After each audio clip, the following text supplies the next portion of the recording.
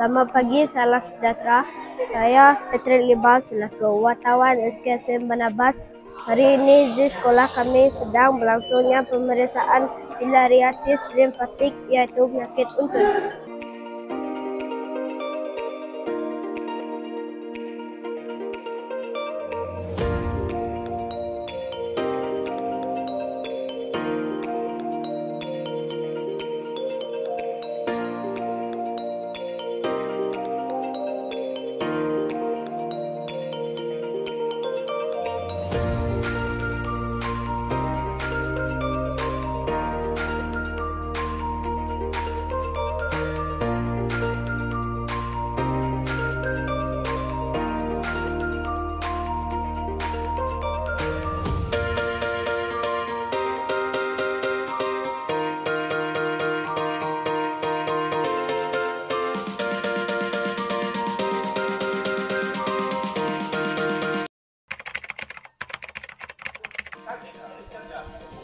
Selamat pagi doktor. Doktor sehat?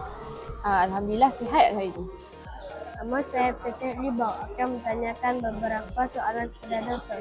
Soalan pertama, apakah yang dimaksudkan dengan penyakit untut doktor? Okey, penyakit untut ni atau dikenali sebagai penyakit filaria lah. So penyakit ni adalah disebabkan oleh parasit yang disebabkan juga oleh gigitan nyamuk. Soalan kedua, apakah punca penyakit untut berlaku? Okey. So penyakit untut ni berlaku disebabkan oleh cacing filaria yang dia dibawa oleh nyamuk lah. Dan nyamuknya antaranya adalah nyamuk Pulex atau nyamuk Mansonia. Soalan ketiga, apakah tanda-tanda atau gejala penyakit untut doktor? Okey, so tanda-tanda atau gejala siapa yang ada penyakit untut ni adalah demam atau dia juga boleh ada bengkak lah pada bahagian kaki macam dalam gambar ni, ataupun kalau tengok dalam pamphlet yang kita bagi, dia boleh juga bengkak di bahagian anggota lain lah di tubuh badan. Soalan keempat, apakah rawatan yang boleh diberikan kepada pesakit yang mengidap penyakit untut doktor?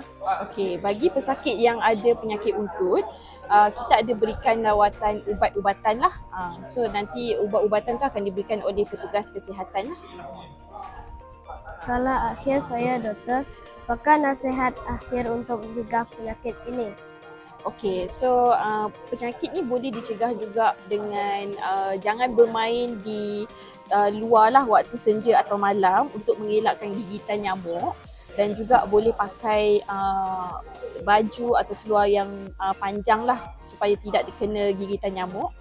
Boleh juga pakai kita panggil macam mosquito repellent lah untuk mengelakkan daripada gigitan nyamuk tadi.